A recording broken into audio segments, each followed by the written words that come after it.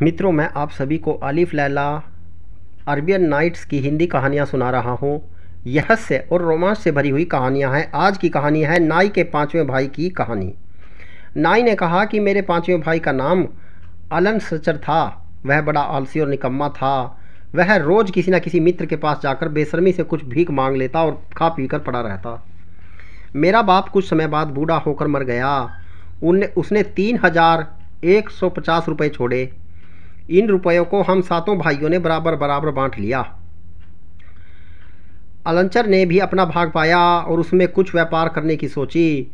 उसने 450 रुपये के शीशे के बर्तन खरीदे और उन्हें टोकरी में रख कर बाजार में सड़क के किनारे बैठ गया।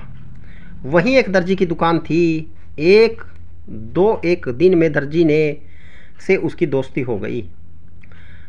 अलन सरचर वाचाल और मूर्ख तो था ही, हवाई किले भी बनाता रहता था। एक दिन वह दर्जी से कहने लगा, मैं इन 450 के बर्तनों को 900 में बेचूंगा और फिर उससे और बर्तन लूँगा जिन्हें 1800 में बेचूंगा। इस तरह व्यापार करते हुए मेरे पास 30,000 रुपये हो जाएंगे।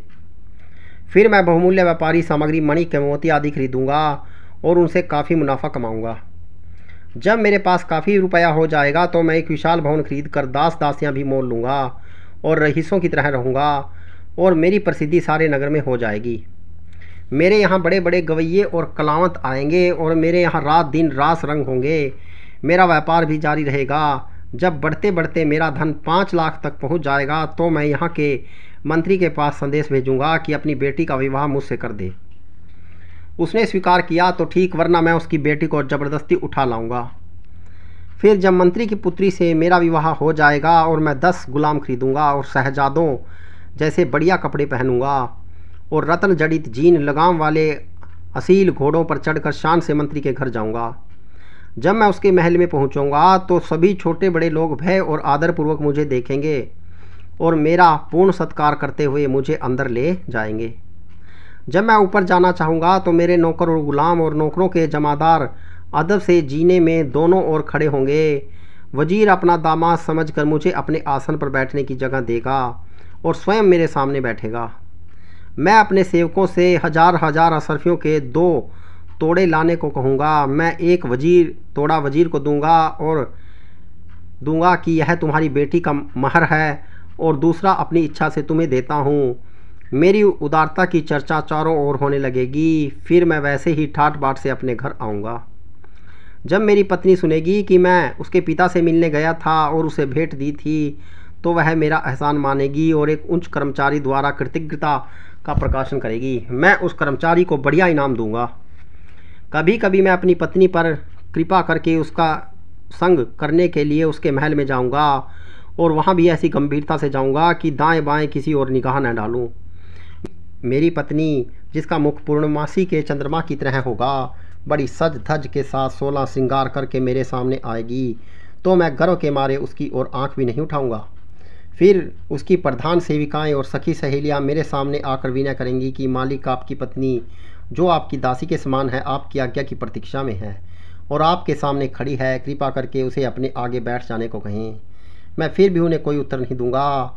उन्हें इस बात का बड़ा आश्चर्य होगा कि मैं उनकी ओर, अपनी पत्नी की ओर देखता क्यों नहीं हूँ। वे लोग बड़ी देर तक मेरे सामने खड़ी होकर मुझसे अपनी पत्नी पर ध्यान देने के लिए अनुनय करती रहेंगी। फिर मैं एक कपटपूर्ण दृष्टि अपनी पत्नी पर डालूंगा, लेकिन फिर निगाह फेर लूँगा। मेरे इस रवैये से मेरी पत्नी की सेविकाएं और साथिनें समझेंगी कि मैं वैसे किसी बात पर नाराज़ नहीं हूँ, किंतु पत्नी का जो साज श्रृंगार किया गया है वह मेरे मन का नहीं है। वे उसे दूसरे कक्ष में ले जाएंगी ताकि उसका नए सिरे से साज श्रृंगार करें। इतने समय में भी मैं उठकर नए कपड़े पहन लूँगा। शयन कक्ष में जाने पर भी मैं अपनी पत्नी से पूर्ण उपेक्षा का बर्ताव करूँगा। मैं उसकी ओर एक दृष्टि भी नहीं डालूँगा और उससे एक बात भी नहीं करूँगा। मैं पलंग पर उसकी ओर पीट करके सो रहूँगा। मेरी पत्नी रात भर इस उपेक्षा से दुखी होकर आंसू बहाती रहेगी और सवेरा होने पर अपनी माता यानी मंत्री की पत्नी से रो रो कर कहेगी कि मेरे पति ने रात में मेरे साथ गर्व और उपेक्षा का बर्ताव किया। उसकी माँ उसे दिलासा देगी। फिर मेरे महल में आकर सम्मानपूर्वक मेरा हाथ चूमेगी और कहेगी, जवाई राजा, मेरी बेटी पर इतना अत्याचार न करो कि उसकी ओर देखना ही छोड़ दो। उसका अगर कोई कसूर है तो बताओ, मैं उसे दंड दूंगी। वैसे यह तो कहने की ज़रूरत ही नहीं कि वह तुम्हारी दासी है और तन मन से तुम्हारी सेवा करना उसका कर्तव्य है। तुम उस पर एक बार तो कृपा दृष्टि करो, उसके इस अनुनय विनय का मुझ पर कोई असर नहीं होगा। फिर मेरी सास मेरे पास आकर मेरा पाँव चूमेगी, मैं इस पर भी टस से मस नहीं होऊंगा। फिर मेरी सास शराब का एक प्याला भरकर मेरी पत्नी को देगी कि अपने पति को पिला दो, शायद इससे वह तुम पर प्रसन्न हो जाए। मेरी पत्नी मेरे सामने आकर प्याला लिए बहुत देर तक भयभीत सी खड़ी रहेगी। फिर वह कहेगी कि आपको उसी भगवान की सौगंध जिसने आपको इतना ऊंचा बनाया कि इस दासी के हाथ से मध्य पात्र लेकर पिए। मैं उसकी इस बात को बदतमीजी समझूंगा और उसके मुंह पर एक तमाचा लगाऊंगा और उठकर उसके इतने ज़ोर से लात मारूंगा कि वह दलान से नीचे गिर पड़ेगी। मेरा भाई अपनी कल्पना में इतना खो गया कि उसे अपनी स्थिति का भी ध्यान नहीं रहा। उसने उठकर उसी टोकरे पर जिसमें उसके शीशे के बर्तन रखे हुए थे जोर की लात मारी। टोकरा सड़क पर जा गिरा और उसमें से सारे बर्तन टूट फूट कर बिखर गए। दर्जी जो उसकी बकवास को मज़े लेकर सुन रहा था, हंसते हंसते लोटपोट हो गया। उसने मेरे भाई से कहा, मूर्ख भागे, तुझे मालूम है कि तेरी यह हानि क्यों हुई? तूने इतनी सम्मानित और सुंदर स्त्री का जो अपमान किया, यह उसी का फल है। अगर मैं तेरे ससुर यानी मंत्री की जगह होता तो ऐसी बदतमीजी पर तेरे 100 कोड़े लगवाता और गधे पर बैठाकर सारे शहर में घुमाता कि लोग तुझे दंडित अपराधी के रूप में जान जाएं। मेरे भाई को भी अपने माल की बर्बादी देखकर बड़ा दुख हुआ और वह रोने चिल्लाने लगा। बहुत से लोग उस समय जुम्मे की नमाज के लिए मस्जिद की ओर आ रहे थे। उसका रोना पीटना सुनकर वहाँ भीड़ इकट्ठी हो गई। लोग पूछने लगे कि क्या बात है। जब दर्जी ने उन लोगों को पूरा हाल बताया तो वे सब हंसने लगे और मेरे भाई का मजाक उड़ाने लगे।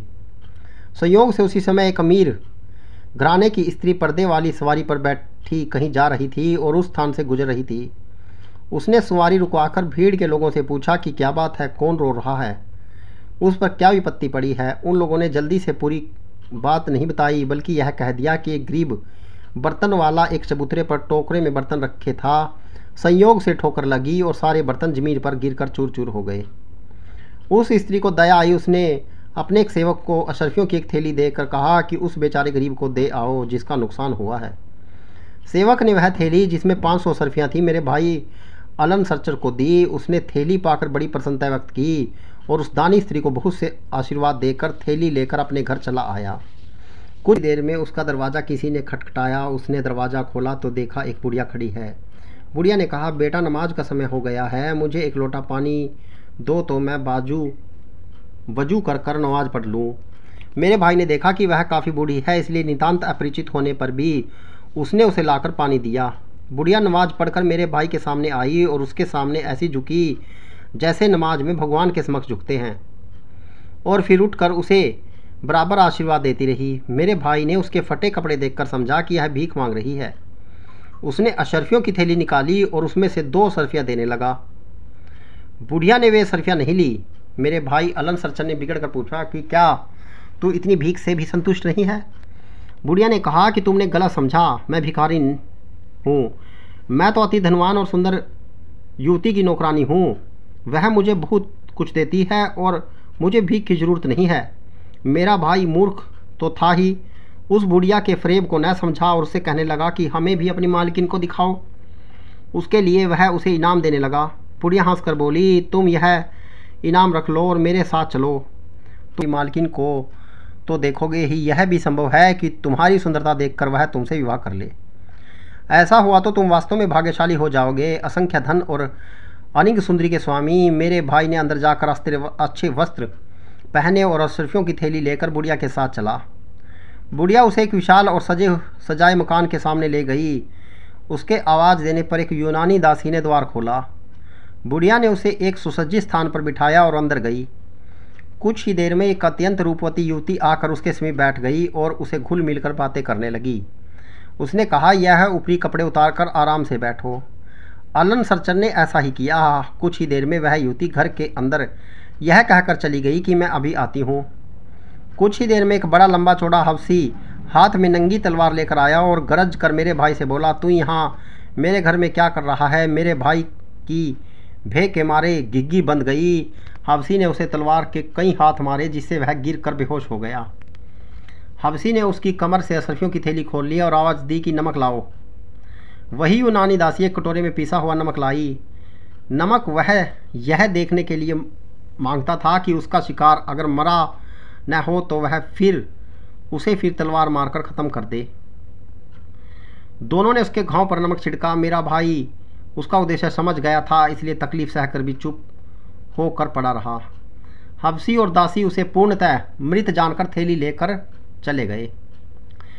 कुछ देर में बुढ़िया फिर आई और मेरे भाई की घसीटती हुई ले गई और एक कोने में बने हुए गड्ढे में फेंक आई, जहां और भी कई लाशें पड़ी हुई थी।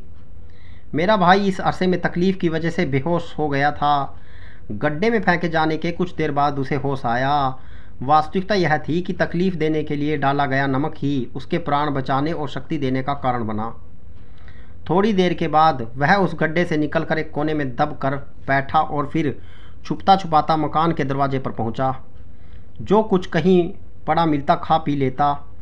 2 दिन बाद बुढ़िया फिर नए शिकार की तलाश में निकली तो यह मौका पाकर भाग निकला और मेरे पास आ गया और मुझसे अपनी सारी विपत्तियों का हाल कहा। महीने भर में उसके सारे घाव भर गए और वह पूर्णतः स्वस्थ हो गया। अब उसने बदला लेने की योजना बनाई। उसने एक बड़ी सी थैली बनाई और उसमें अशर्फियों के बराबर शीशे के टुकड़े भर दिए। फिर उसने बुढ़िया जैसे कपड़े पहने और कपड़ों के अंदर तलवार छिपाकर हाथ में थैली लेकर निकल पड़ा। संयोग से गली में वही धोखेबाज बुढ़िया मिल गई। उसने बूढ़ी स्त्री के जैसे स्वर में उससे कहा, बहन मैं फारस देश की रहने वाली हूँ और इस नगर में नई आई हूँ। मेरे पास 500 सरफियाँ हैं। मैं चाहती हूँ कि उन्हें परख और तोल कर देख लूँ कि पूरी और ठीक हैं या नहीं। तुम कहीं से मेरे लिए सिक्के तोलने का तराजू ला दो। उसने उत्तर दिया, बहन तुम मेरे साथ चली आओ। मुझसे अधिक विश्वसनीय व्यक्ति इस नगर में कोई नहीं है। मेरा पुत्र सराफे का काम करता है। वह तुम्हारी असरफियाँ भली भांति तोल और परख देगा। लेकिन जल्दी करो, ऐसा न हो कि वह घर से अपनी दुकान को चला जाए। वह पापिन मेरे भाई को उसी घर में ले गई जिसमें पहले ले गई थी। यूनानी दासी ने पहले की भांति दरवाज़ा खोला और मेरे भाई को अंदर ले जाकर एक अच्छी जगह बिठा दिया। बुढ़िया ने कहा, तुम यहीं बैठो, मैं अभी अपने बेटे को लेकर आती हूँ। कुछ ही देर में उसका तथाकथित पुत्र यानी वही हत्यारा हबसी आया और कहने लगा, भाई मेरे साथ चलो। मेरा भाई अलंसर बुढ़िया के वेश में उसके पीछे चल दिया। रास्ते में जब वह हबसी लापरवाह हो गया तो मेरे भाई ने तलवार निकालकर ऐसा हाथ मारा कि उसका सिर कटकर अलग जा पड़ा। अलन सरचर ने उसका सिर और धड़ दोनों खींचकर उस गड्ढे में डाल दिए। इतने में यूनानी दासी बर्तन में पिसा हुआ नमक ले आई, किंतु बुढ़ियों के वस्त्र पहने नंगी तलवार लिए पुरुष को देख बर्तन फेंक कर भागने लगी। मेरे भाई ने झपट कर उसे पकड़ा और उसका सिर काट दिया। दौड़ भाग और चीख पुकार सुन कर वह बुढ़िया वहाँ आई, लेकिन वहाँ का हाल देखकर जान बचाकर भागने लगी। मेरे भाई ने दौड़कर उसे पकड़ा और कहा, दुष्टा कुकर्मी, तूने मुझे पहचाना या नहीं? बुढ़िया कांपती हुई बोली कि मैंने तुम्हें कभी नहीं देखा, पहचानूंगी कैसे? मेरा भाई बोला, तूने देखा कैसे नहीं? मैं वही हूँ जिसे तूने उस गली में नमाज के लिए पानी मांगा था और फिर यहाँ लाकर अपनी समझ से मरवा डाला था। बुढ़िया हाथ जोड़कर और गिड़गिड़ा कर कहने लगी कि मेरा अपराध क्षमा कर दो, किंतु मेरे भाई ने उस पर दया न की और उसके भी 4 टुकड़े कर दिए। अब मेरे भाई ने उस सुंदर युवती की तलाश की जिसने उसने प्रेमलाप किया था। वह एक अन्य कक्ष में मिली और मेरे भाई को देखकर कांपने लगी। मेरे भाई ने उसे निरपराध जानकर उसे कोई कटु वाक्य न कहा, बल्कि सांत्वना दी और पूछा, सुंदरी, मैंने उन दोनों बदमाश स्त्रियों और हबसी का अंत कर दिया। अब तुम बताओ कि तुम कौन हो, कहाँ की रहने वाली हो और इन अत्याचारियों के फंदे में कैसे फंस गई? उसने उत्तर दिया, मैं एक धनी व्यापारी की पत्नी थी। यह बुढ़िया कभी कभी मेरे घर आती थी, लेकिन मुझे यह नहीं मालूम था कि यह कौन है और क्या करती है। एक दिन इसने आकर मुझसे कहा कि मेरे घर विवाह है, तुम उसमें शामिल होने के लिए चलो। इसके बहुत अनुनय विनय करने पर मैं इसके साथ उत्तम उत्तम वस्त्राभूषण पहनकर और 100 सरफियाँ लेकर यहाँ आई। यहाँ से इन लोगों ने मुझे अपने घर न जाने दिया और इसी हबसी के साथ सहवास के लिए मजबूर किया। 3 वर्ष से मैं यहीं रहती हूँ।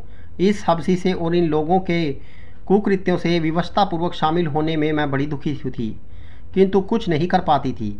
मेरे भाई ने पूछा कि इन लोगों ने भोले भाले लोगों को मारकर कितना धन जमा किया है। उसने कहा कि धन तो इतना है कि तुम सारी आयु आराम से रह सकते हो। यह कहकर वह उसे कई कमरों में ले गई जहाँ पर कई संदूक मुद्राओं आदि से भरे थे। मेरे भाई की यह देख कर आंखें फट गई। उस स्त्री ने उससे कहा कि तुम बाहर जाकर कुछ मजदूर ले आओ तो हम लोग यह सब यहाँ से उठा कर ले चलें। मेरा भाई बाहर जाकर बाजार की तरफ दौड़ा गया और कई मजदूर लेकर आया, किंतु उसे देखकर आश्चर्य हुआ कि इतनी देर में वह स्त्री संदूकों के समेत गायब हो गई।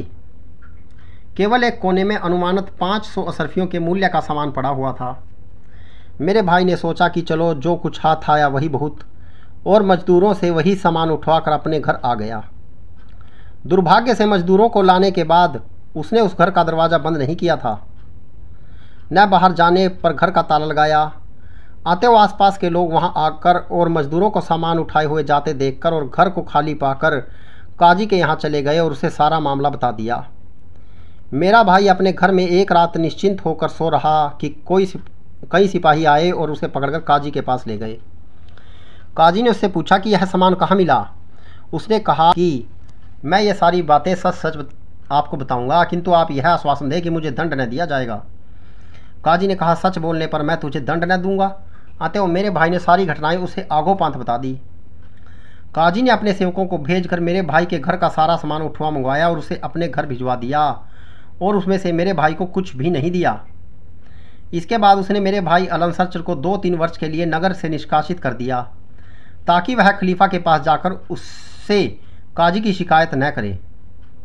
मेरा भाई बेचारा उन 2-4 असरफियों को ले जो उसकी जेब में पड़ी थी शहर से बाहर निकला और एक और चल दिया, किंतु दुर्भाग्य ने यहाँ भी उसे धर दबोचा। 2-3 दिन बाद उसे डाकों ने घेर लिया। वे उसका सारा धन, यहाँ तक कि पहने के कपड़े भी लूट कर ले गए। मुझे मालूम हुआ तो मैं कुछ कपड़े और रुपया लेकर अपने भाई की खोज में निकला और कुछ दिनों बाद उसे खोज निकाला। उसे वस्त्र और रुपए देकर मैं उसे छुपाकर नगर में ले आया और अपने घर में लाकर रखा। इसके बाद मैं बराबर उसका भरण पोषण करता रहा था। मित्रों, मैं आप सभी को अलिफ लैला अरबियन नाइट्स की कहानियाँ सुना रहा हूँ। कहानी अच्छी लगे तो शेयर कीजिएगा।